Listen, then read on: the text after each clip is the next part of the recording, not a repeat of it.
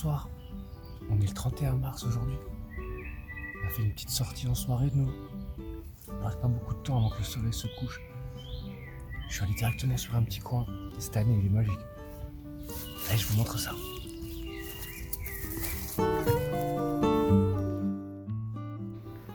Alors, j'ai pris un peu de retard dans la création des vidéos de la semaine dernière. J'ai vraiment manqué de temps pour vous poster tout ça rapidement. Mais je voulais quand même partager avec vous au moins cette petite tâche. Déjà parce qu'elle est magnifique. Je trouve que c'est un plaisir pour les yeux.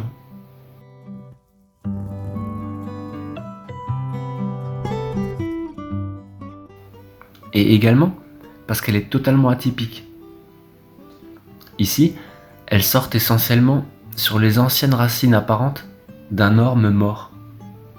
Ces vieilles racines ont été colonisées par de la mousse et cela semble leur procurer un super habitat pour fructifier.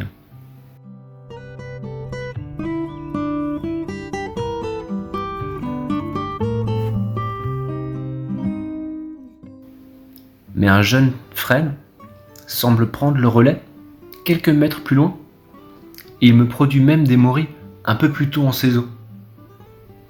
J'ai d'autres spots aussi sur le bord de cette forêt, mais qui n'ont absolument rien de commun avec celui-ci. C'est surtout de la pousse de rotunda due au débroussaillage des chemins. Mais celui-ci est vraiment bien caché. Et les morilles qu'il produit sont fréquemment de belle taille, mais surtout de très bonne qualité. Elles sont souvent encore dures comme du bois, alors qu'elles font la taille de la main. Et chose assez rare par chez moi, comparé à d'autres régions, sur ce spot, cela leur arrive de pousser en grappe, vraiment toutes collées, comme on peut le voir des fois dans le sud du Jura ou sur le côté sud-ouest des Alpes, dans quelques coins des Pyrénées aussi.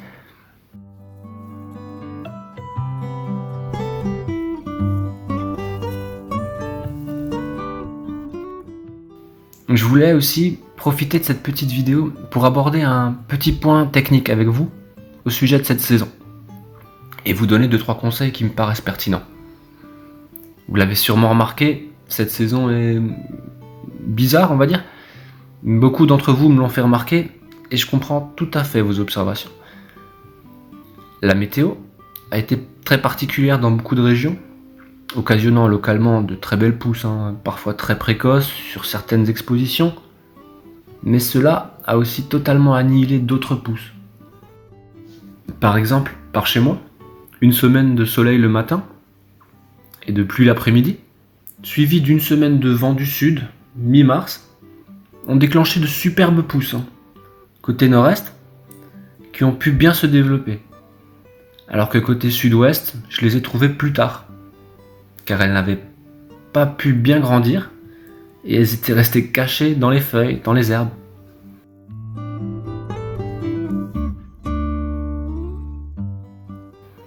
J'ai d'ailleurs vu des centaines de morilles pourries cette année qui avaient pris la bise. Ça fait vraiment mal au cœur des fois quand elles sortent trop tôt. Enfin bref, le conseil du moment c'est ne restez pas bloqué dans vos convictions et dans vos habitudes. Si vous en trouvez des toutes énormes et déjà passées au nord ou à l'est, cela ne veut pas dire que c'est forcément fini au sud. Et pareil pour l'altitude. J'ai trouvé des patates hier à 800 mètres et aujourd'hui des fraîches à 350 mètres à peu près. Tout est question de microclimat local, surtout en montagne.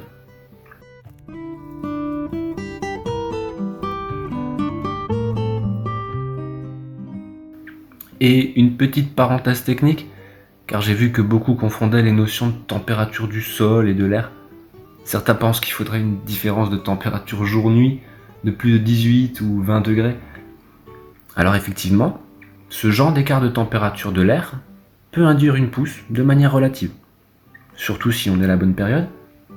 Mais en vérité, c'est un écart thermique soudain dans la Terre, à une température précise, provoquant un échange calorifique dans la zone proche du mycélium, qui va entraîner la production de sporophores. Cette notion est primordiale si on veut aller plus loin.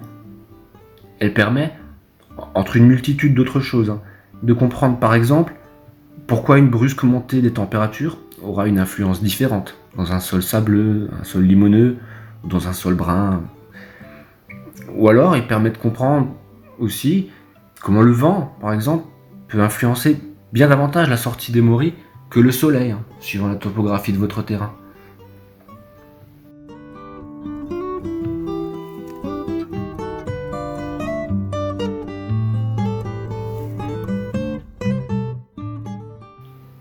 Bon, la saison est suffisamment avancée, je pense, pour commencer un réel pronostic. Cette année 2024, par chez moi, aura été correcte, mais sans plus. Alors bien sûr, il y a eu de très belles choses. Et d'ailleurs, beaucoup de débutants ont fait de super premières cueillettes. C'est génial, plein de nouvelles passions qui sont nées cette année.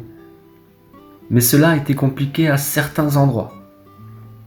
Après, il faut relativiser. On est début avril, j'ai déjà passé les 10 kilos, ça va. Mais cela ne sera pas une énorme année par ici. Même si j'espère encore me tromper, je vous avoue.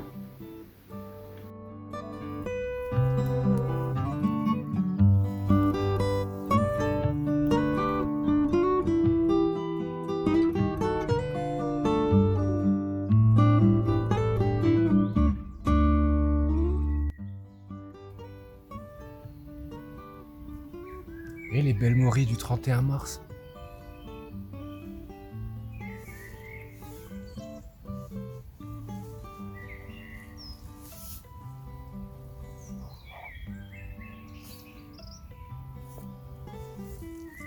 Ok, on va essayer de rentrer jusqu'à la voiture sans se faire voir. Parce que dans ma région, trouver les coins à morilles, c'est que 20% du travail. 80% qui reste, c'est arriver à garder ces coins.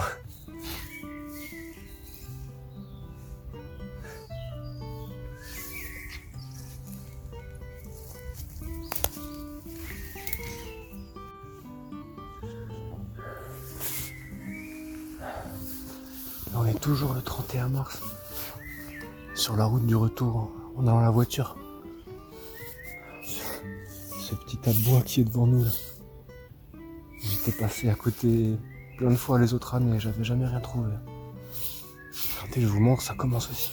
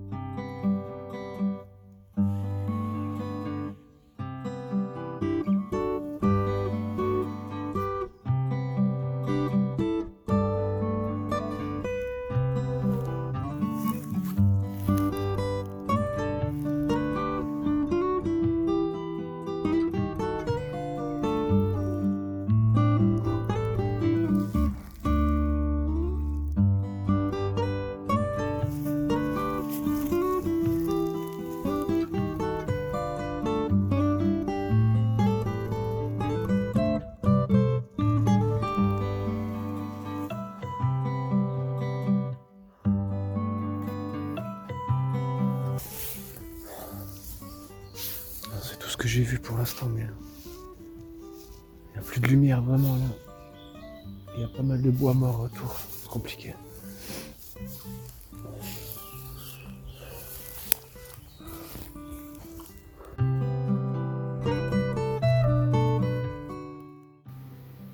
Et je suis de nouveau en train de me faire avoir par la nuit. C'est toujours la même chose. Je tombe sur un coin quand je rentre, et après je suis obligé de tout fouiller dans le noir.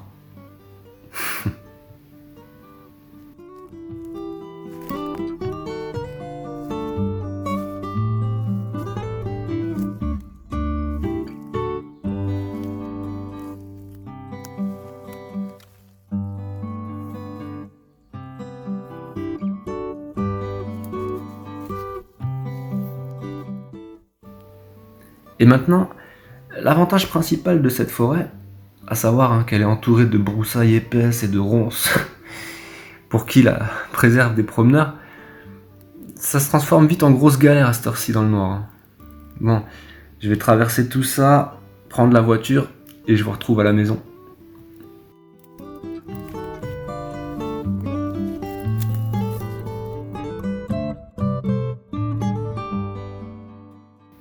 Ok, la petite récolte du jour. Comme d'habitude, hein, je vais rapidement les nettoyer, les couper en deux.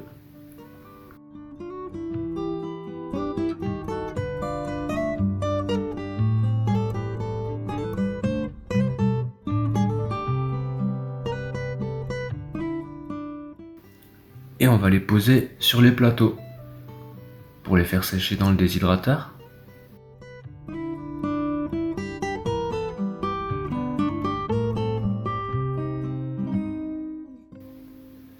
On va les mettre comme d'habitude, hein, 20h à 40 degrés. Et on remettra peut-être les plus grosses, 2 ou 3 heures de plus.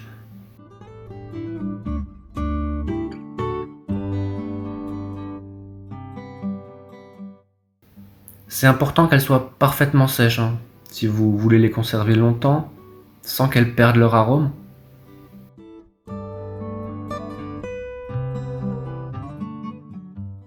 D'ailleurs, pensez à les stocker toujours dans des bocaux hermétiques, hein, une fois qu'elles sont séchées.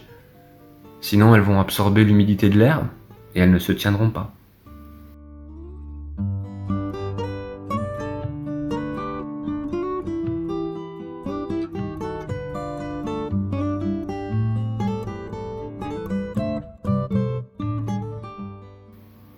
Et moi, ça m'a fait vraiment plaisir de partager cette petite récolte avec vous. Alors si vous avez aimé ce moment, vous aussi, mettez-moi un petit pouce. Et si c'est pas encore fait, abonnez-vous vite pour ne rien rater. Je vous dis à très bientôt les Greenosophes. Prenez soin de vous.